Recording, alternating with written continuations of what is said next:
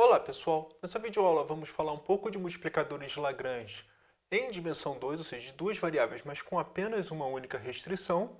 Essa aula é uma explicação teórica com alguns exemplos, mas principalmente eu quero dar uma passagem geométrica para vocês, que é muito importante para intuir o que está dos multiplicadores de Lagrange, o porquê dessa fórmula. Eu acho muito importante mesmo.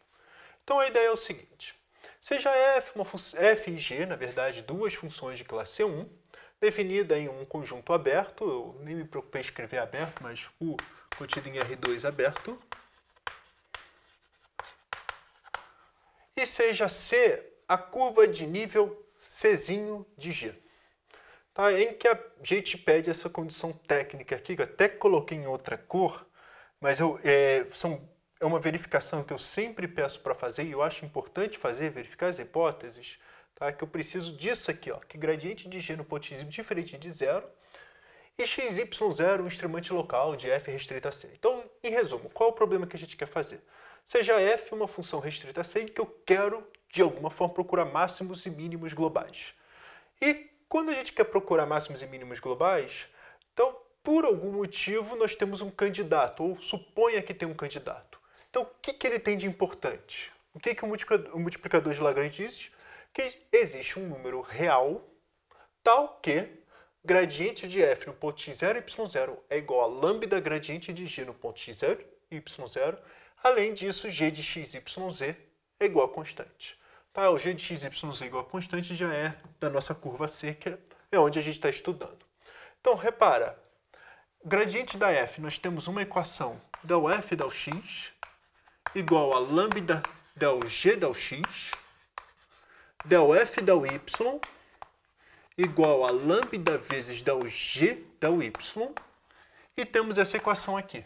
Então, olha só, uma equação, duas equações, três equações. Quantas incógnitas temos? O x0 e o y0 que a gente quer, e esse lambda aqui que apareceu.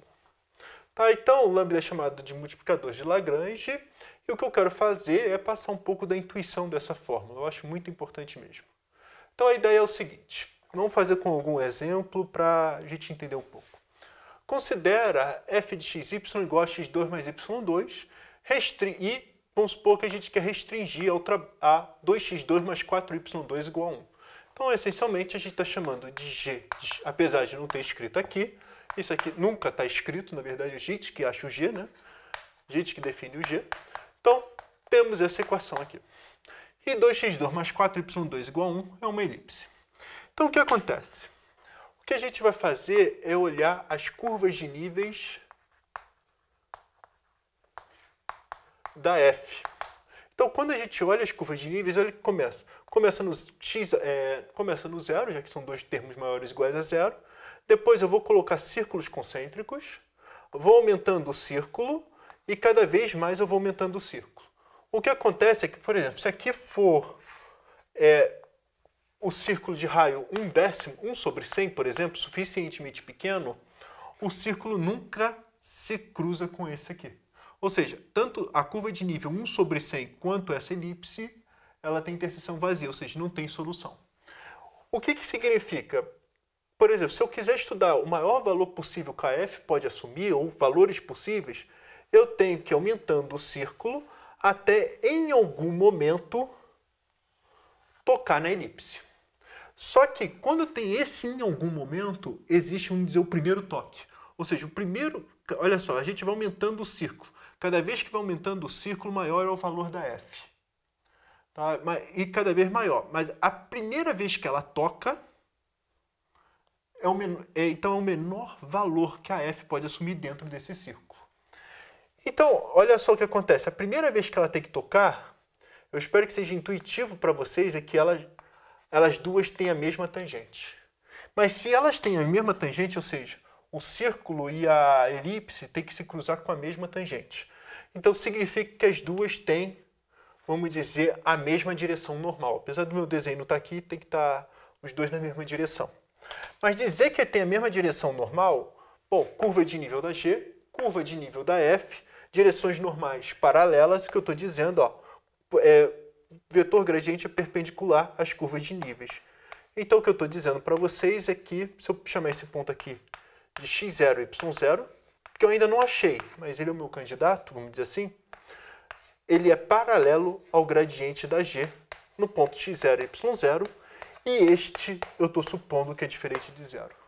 Como esse é diferente de zero, então o lambda que aparece aqui, ou seja, dizer que um é paralelo ao outro, é que existe um lambda real que satisfaz isso. Então repara, mas já tá bom, professor, você achou o primeiro, mas eu posso continuar colocando círculos concêntricos, eu posso aumentar esses círculos. Então, cada vez que eu aumento esses círculos, olha, repara como que eles cortam transversalmente normalmente. Aumento o círculo, mais ponto transversal, até o último momento, que é exatamente aqui, ó. Aí o meu desenho não vai ajudar muito. Tá? Opa, não ajudou nem um pouco. Deixa eu cortar esse último aqui que está errado. Tá? Em que até o último momento, eles se cruzam e se tangenciam. Então, o que está acontecendo é o seguinte.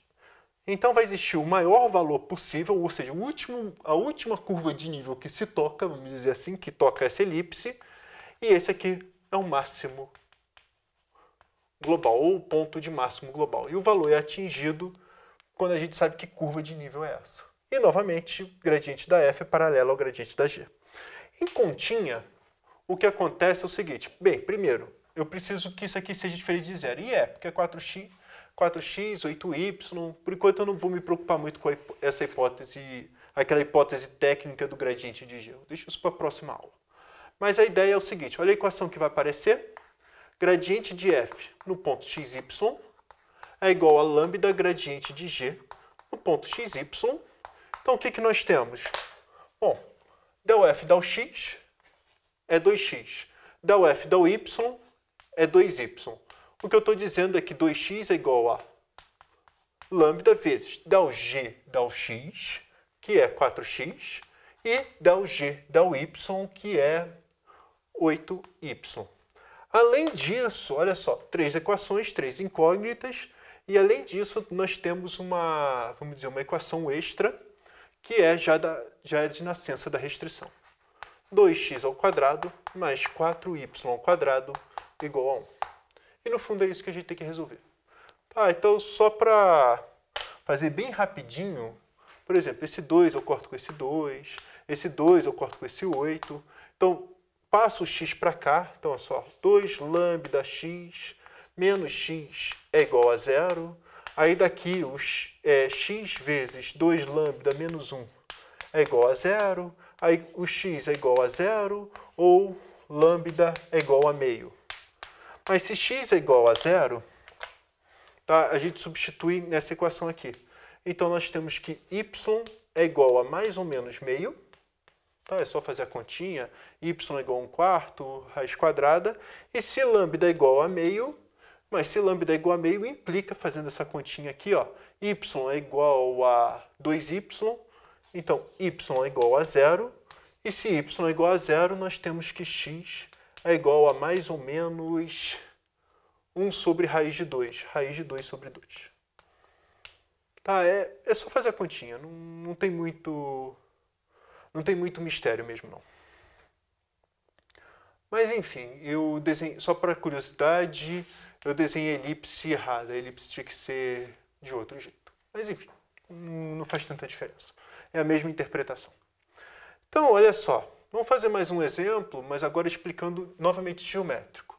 Se eu pegar f de xy igual a x vezes y, e pegar x2 mais y2 igual a 1, e só vou trabalhar no primeiro quadrante. Ou seja, minha região nem é compacta. É só uma região razoável que também a gente espera achar minha curva de nível com restrição. Não tem nenhum problema, ainda é minha curva de nível. Então o que acontece é o seguinte. Para cada xy, para cada curva de nível, nós temos que y é igual a c sobre x. Então o que está acontecendo é o seguinte. A gente começa com 1 sobre x, que vai cruzando. Depois a gente vai fazer 2 sobre x.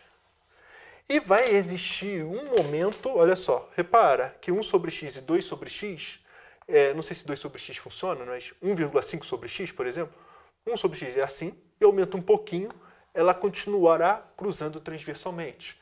Ou seja, cada vez que eu estou andando para a direita, está aumentando a f. E cada vez que eu ando para a esquerda, diminui.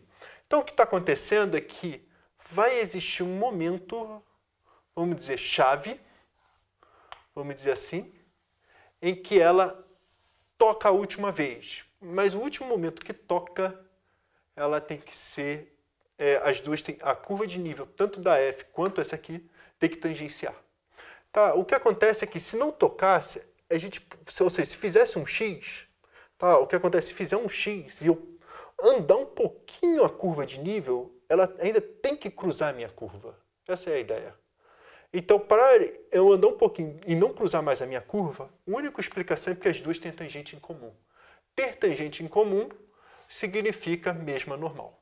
Se é mesma normal, eu não vou, nesse caso aqui eu não vou resolver, mas novamente, gradiente da f é igual a lambda gradiente da g, em que agora nós temos duas restrições. Primeira, na verdade uma, x ao quadrado mais y ao quadrado igual a 1, mas deixa eu só fazer isso aqui, as equações. Então nós temos que y, tá, del f del x, del f del y, é igual a lambda vezes 2x, é igual a lambda vezes 2y, em que a gente vai pedir que x ao quadrado mais y ao quadrado é igual a 1, e nós temos essas duas restrições naturais, x maior que zero e y maior que zero. Então, no fundo, o que a gente faz é o seguinte, resolver essas três equações. Tem várias maneiras de resolver, na verdade, mas enfim, tem várias maneiras mesmo. Mas enfim, resolver esse sistema de três equações e nos restringir os valores em que x é maior que zero e y maior que zero, caso exista. E existe por geometria. Tá? Eu vou deixar isso aqui como um exercício para vocês, mas na verdade eu vou fazer umas parecidas dessa em outras videoaulas, mas eu gostaria que vocês tentassem. Pelo menos é um sisteminha algébrico em que normalmente dá algum trabalho, mas vale a pena tentar. Tá? E basicamente é isso que eu queria falar para vocês.